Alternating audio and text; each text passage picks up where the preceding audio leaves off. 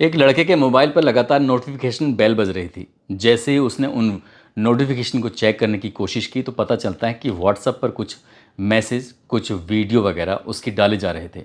जैसे उसने देखा तो उसने देखा कि एक लड़की के अश्लील फ़ोटो, अश्लील वीडियो हैं। हालांकि उसने डाउनलोड नहीं किया, वो मौके की तलाश में था कि कब वो अकेला होगा और कब इन्हें देखेगा। जैसे ही उसे मौका मिलता है उन्हें वो डाउनलोड करता है और डाउनलोड करने के बाद जो तस्वीरें, जो वीडियो उसके सामने आती हैं, उसे देखने के बाद उसकी आंखें खुली की खुली रह जाती हैं। दरअसल वो वीडियो, वो फ़ोटो किसी और के नहीं बल्कि उसी की बहन के होते हैं। हालांकि उसने इस मामले को छुपाने की, दबाने की कोशिश की, किसी से जिक्र ना करने की कोशिश की, लेकिन अनजान नंबर से जिस तरह से मैसेज आ रहे थे वो फिर से आना शुरू हो जाते हैं। आखिरकार उसके सब्र का बांध टूट जाता है। वो अपनी बहन से इन फ़ोटो और इन वीडियो के बारे में जब सच पूछता है तो जो सच सामने आता है तभी एक ऐसे कत्ल की कहानी लिखी जाती है जिसको सुनने के बाद शायद आप लोग भी हैरान रह जाएंगे, परेशान हो जाएंगे। दरअसल जब घटनाक्रम का खुलासा होता है तो लोगों को यकीन नहीं हो रहा था कि कोई इंसान इस हद तक भी गिर सकता है और कोई इंसान इस हद तक भी जा सकता है। आदाब, नमस्कार, सत श्री अकाल। मैं उस्मान सैफ़ी। आज की जो सच्ची घटना मैं आपको सुनाने जा रहा हूँ, ये सच्ची घटना है बिहार प्रदेश का एक ज़िला है मुजफ्फरपुर और उसी का एक थाना लगता है सदर थाना क्षेत्र का एक इलाका है सहजानंद कॉलोनी, गली नंबर 9। 14 अगस्त 2024 की सुबह की ये बात है जब लोग अपने अपने घरों से निकल रहे थे। तभी लोग देखते क्या हैं कि एक खाली जगह में एक बोरी पड़ी हुई है जिसके चारों तरफ ब्लड लगा हुआ था। जैसे ही आसपास के लोगों ने ये देखा, उसके बाद फिर घटना स्थल पर सैकड़ों लोग की भीड़ जमा हो जाती है और यहीं से पुलिस को सूचना दी जाती है। सदर थाना क्षेत्र की पुलिस जब मौके पर पहुंचती है, उस बोरी को खुलवाया जाता है तो पता चलता है कि उसमें लगभग 23 साल के एक युवक की लाश निकलती है। गर्दन उसकी किसी धारदार हथियार से रेती गई थी। साथ ही उसके पेट पर एक के बाद एक कई वार किए गए थे जिससे कि उसकी जो अंतड़ियाँ थीं वो बाहर निकली हुई थीं। साथ ही उस लड़के को, उस मृतक को कत्ल करने से पहले बहुत बुरी तरह से मारा गया था, पीटा गया था, जिसे देखकर ऐसा साफ साफ अंदाज़ा लगाया जा रहा था या तो ये मामला किसी प्रॉपर्टी का है या फिर ये मामला किसी प्रेम प्रसंग का है। पुलिस ने जब इस मामले की जांच पड़ताल करना शुरू किया तो उसके बारे में कोई शनाख्त हो नहीं पा रही थी। अब जैसे ही ये मामला सोशल मीडिया पर वायरल होता है तो इसी घटना से संबंधित, इस लड़के से संबंधित कुछ लोग थाने में संपर्क करते हैं। कहते हैं कि हमारा बेटा 13 अगस्त 2024 की रात लगभग 8:30 बजे से लापता है। उसका मोबाइल नंबर काम नहीं कर रहा था। हमने उसे हर जगह तलाश करने की कोशिश की लेकिन वो मिल नहीं पा रहा था।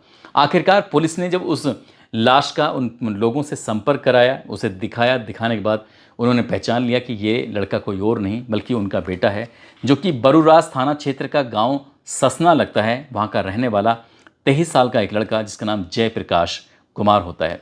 जयप्रकाश कुमार यूँ तो गोवा में रहकर इलेक्ट्रीशियन का काम करता है, लेकिन यहाँ पर अचानक कैसे आया, पुलिस के लिए, परिवार के लिए कई तरह के सवाल थे।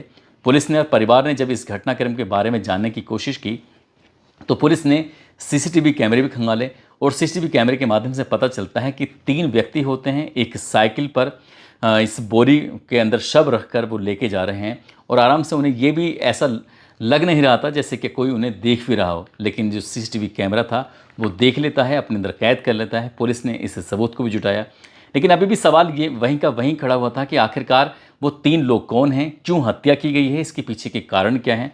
परिवार वालों से बातचीत करने की कोशिश कर रहे थे तो परिवार वालों ने भी इस मामले में बिल्कुल अनभिज्ञता जताई। साथ ही जो उस लड़के का मोबाइल नंबर होता है, उस मोबाइल नंबर को पुलिस को प्रोवाइड करा दिया जाता है।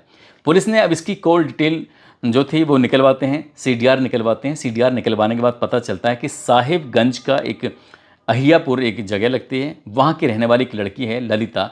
ललिता और जयप्रकाश की बहुत सारी बातें हुआ करती थीं। जब ये गोवा में था तब भी बातें होती थीं और पहले भी इसका आपस में एक दूसरे से संपर्क बना हुआ था। मरने से पहले भी इसी लड़की यानी कि ललिता से बातचीत थी। आखिरकार ये लड़की कौन है, जब पुलिस ने ये पता करने की कोशिश की तो जयप्रकाश कुमार की जो माँ है, वो जिसका नाम रंभा है, माँ बताती है कि जो लड़की है उसके बेटे की जो मामा की लड़की है उसकी ननद लगती है। यानी कि इन दोनों की प्रेम कहानी साल 2021 से शुरू होती है।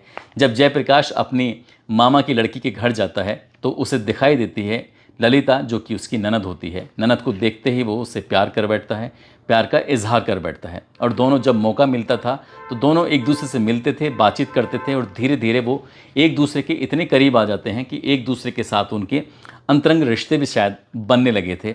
यही कारण था कि आगे आगे जैसे वक्त बढ़ रहा था वैसे वैसे इन दोनों का प्यार भी परवान चढ़ने लगता है और 2021 से प्रेम कहानी शुरू होती है।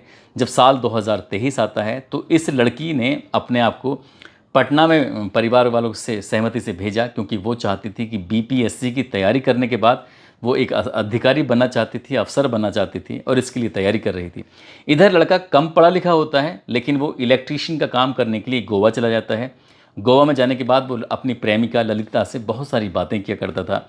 दोनों का प्रेम लगातार परवान चढ़ रहा था।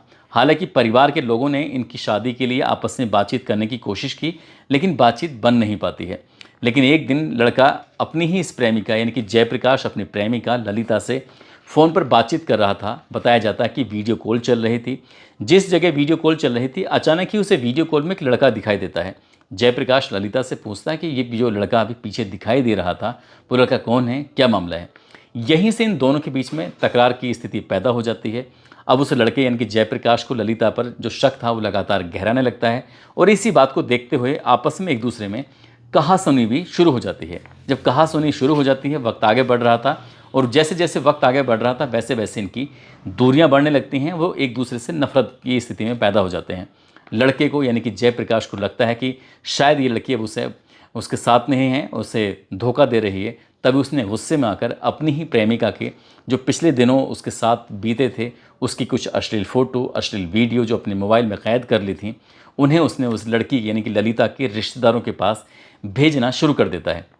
ललिता इस बात को लेकर परेशान हो जाती है, क्योंकि जब ललिता के ही परिवार के लोगों ने कहा कि तुम्हारे वीडियो, तुम्हारे फ़ोटो हमारे पास तक आ रहे हैं, तो ललिता ने पूरी कहानी बताई कि किस तरह से जयप्रकाश ने उससे प्यार किया, किस तरह से उसने उसे धोखा देना शुरू किया। अब ये इस तरह की बात चलने लगती है, तभी ये प्लान बनाते हैं और प्लान बनाने के बाद बताया जाता है कि इस लड़के को गोवा से किसी तरकीब से बुलवाना था। लेकिन जैसे ही लड़की ने उस लड़के के यानी कि जयप्रकाश को फ़ोन किया तो जयप्रकाश कहता है कि मैंने तुम्हारे साथ जो किया है वो बहुत गलत है। कहीं ऐसा तो नहीं है कि तुम मुझे बुलाकर अपने पास मार डालो, कहीं कत्ल तो नहीं कर डालोगी।